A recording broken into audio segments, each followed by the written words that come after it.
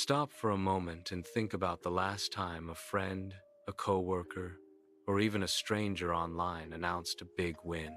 Maybe they bought a new house, landed a huge promotion, or posted pictures from a five-star vacation. How did you feel? Inspired? Or did you feel an immediate, sharp tug of inadequacy? That feeling, that comparison, is more than just a fleeting emotion. It's the trigger for one of the most powerful and financially destructive behaviors in modern life. We call it the comparison tax. The observation of someone else's success, their win, acts as a powerful, measurable trigger for immediate consumer spending in those around them. This spending isn't based on what you need, but on the urge to catch up to what they have. This report isn't about healthy ambition. It's about the primal, measurable psychology and economics that compel us to spend more, often riskier, simply because we saw someone else succeed. Neuroeconomic research even confirms that this drive is rooted in the neurological reward systems of the brain, which prioritize a perceived relative status over sound financial utility. The engine driving this phenomenon is social comparison theory. As humans, we are wired to assess our own worth and choices by measuring ourselves against our peers. This comparison serves as a powerful decision-making tool, constantly influencing how and why we spend money. When we measure ourselves against someone who seems superior, a process known as upward social comparison, it often creates instant feelings of deficiency. Marketers know this well. They showcase idealized, aspirational lifestyles, and that vulnerability is immediately leveraged. The result? We feel a strong, internalized pressure to purchase high-status products to boost our self-esteem and close that perceived social gap. The core emotional fuel is relative deprivation. This is the feeling of being economically worse off than your relevant comparison group. Crucially, this perception often trumps reality. Research confirms that the subjective feeling of being financially disadvantaged compared to your neighbors is a more significant determinant in the decision to purchase things, like durable goods, than your actual net worth. If you feel poor, you will behave differently. And the stakes are high. Greater consumption inequality not only breeds dissatisfaction but is also linked to exacerbating mental health issues. This state of chronic inadequacy pushes us to make what feel like corrective purchases, buying things to restore the self-worth damaged by constant comparison. However, research shows that the impulse to spend beyond our means is moderated by absolute financial constraints, like high fixed costs such as the median house value in a region. This is why, when we can't afford the big wins, the mansion, or the yacht, the comparison-driven spending shifts. We channel that urgent need for status into smaller, more visible status symbols like high-end technology or designer accessories. The pressure for status is simply diverted, not eliminated. Why is the desire for status so powerful? Because it's not just in our minds. It's hard, wired into our brains. Neuroscientific studies show that our brain's key reward centers, specifically the ventral striatum, are more responsive to relative financial payoffs than to absolute ones. Your brain is fundamentally tuned to the social game. When a financial decision is made in a competitive social context, that activity in the ventral striatum is significantly accentuated. In fact, the system is so competitive that we are emotionally more sensitive to social gains, experiencing gloating over a competitor's loss than we are to social losses, such as envy over a competitor's win. This emotional dominance of social success drives choice behavior, leading the brain to prioritize the win of the relative social game over maximizing long-term financial utility. The immediate consequence is poor financial discipline. This intense concern for public signal distorts our decision-making, leading to demonstrably poorer and riskier financial choices. Experimental data shows that when people experience success, they are prone to assigning the largest amount of money to consumption and the smallest amount to savings. It's as if observing a win or anticipating one weakens our internal brake system, lowering the emotional pain connected to spending.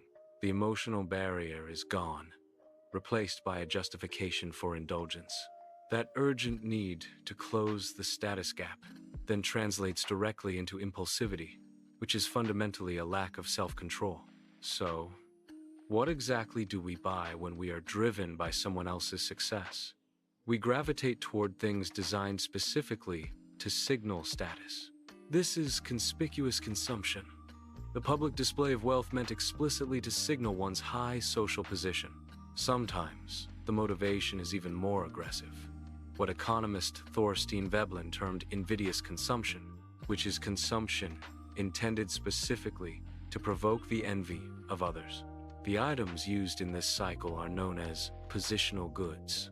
These are goods and services whose value comes less from their actual utility and more from their limited supply and their ability to convey a high relative standing. Think of a luxury brand name handbag or an exclusive club membership. The key is their scarcity. If they became widely available to everyone, they would lose their market value and their exclusivity. This leads to the visibility multiplier. Experimental evidence shows that making a consumption choice publicly visible leads to a huge increase in demand, but only when the purchase is linked to social status. If no one sees it, it's a wasted opportunity for status signaling. This dynamic has been turbocharged by the digital age. Social media has revolutionized conspicuous consumption. Now, virtually all consumption has the potential to be conspicuous.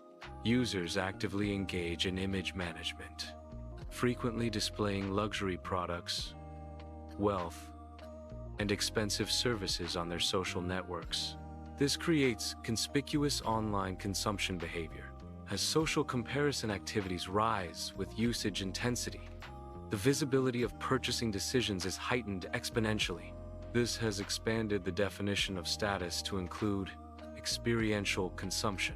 Expensive, unique experiences, like elaborate international travel or customized wedding ceremonies, now serve as high-status positional markers that can be easily broadcast.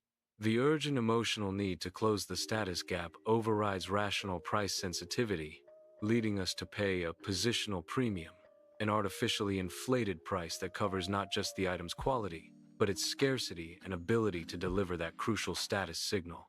If comparison is the engine, modern marketing is the nitrous boost.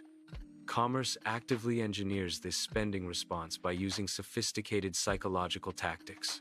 Marketers exploit our insecurities related to lifestyle and status by presenting idealized images and success narratives. Some companies even fine-tune their messaging explicitly to stimulate upward comparison with slogans that directly ask, "Sick of being worse than your colleagues?" This directly leverages the psychological distress of inadequacy to sell products that boost perceived self-esteem. One of the most powerful tactics is exploiting the fear of missing out, or FOMO, rooted in loss aversion. This creates an urgent fear of being excluded or left behind. Ads trigger this by portraying a desirable lifestyle, accessible only through a certain product, or by using scarcity tactics. They display real-time countdown timers, show low stock levels, or highlight exactly how many people are currently viewing or buying a product. This stirs competitive spirit, leveraging the comparison mechanism to drive immediate, impulsive purchases. For high-status brands, celebrity and influencer endorsement is highly effective. The effectiveness hinges on the endorser's perceived trustworthiness and credibility, which transfers a sense of established success and authority onto the product. Finally, there's a new subtle status symbol: busyness. Modern society often equates busyness and overwork with high social status. When we perceive ourselves as busy, our perceived self-worth increases, which in turn provides a psychological justification for indulging in impulsive, hedonic purchases as a necessary self-reward for all our hard work. Observing external success often reinforces this perceived status, further justifying spendthrift behavior. The most dramatic proof that seeing others win makes us spend more comes from economic studies of real-world wealth shocks. Researchers studied the financial consequences for the neighbors of major lottery winners, a controlled environment to quantify the impact of peer success. They found that the desire to keep pace with a newly wealthy neighbor drives surrounding households to dramatically increase their spending. A lottery win equal to the median annual income is estimated to increase the bankruptcy rate of a winner's neighbors by between 10.5% to 14% over a 5-year period. This is not the rational wealth effect, where spending increases because a person's actual wealth has risen, such as the finding that every dollar of increased stock market wealth typically raises consumer spending by 2.8 cents per year. The comparison effect is consumption fueled by debt and deprivation, often resulting in financial failure. This is financial contagion. The flip side of this behavior further proves the comparison effect. Observing a peer's financial failure prompts prudence. When neighbors were friends with someone who filed for bankruptcy, those peers subsequently reduced their spending by approximately 3%. Observing success prompts risk-taking. Observing failure prompts restraint. The impulse to spend after observing peer success is a powerful, deeply ingrained financial risk, but recognizing the mechanisms that drive it allows us to build resilience. The first step is cultivating an awareness of the comparing mind. Envy focuses our attention on perceived shortcomings, leading to frustration and rash financial decisions. Developing self-compassion can help reduce the negative effects of upward social comparison, serving as a vital psychological buffer against that self-worth anxiety. On a practical level, we need to introduce friction. To counteract the speed and impulsivity of comparison-driven spending, experts suggest setting a low budget-to-purchase ratio and keeping that budget highly visible during browsing. Ultimately, resilience requires shifting the value proposition of spending.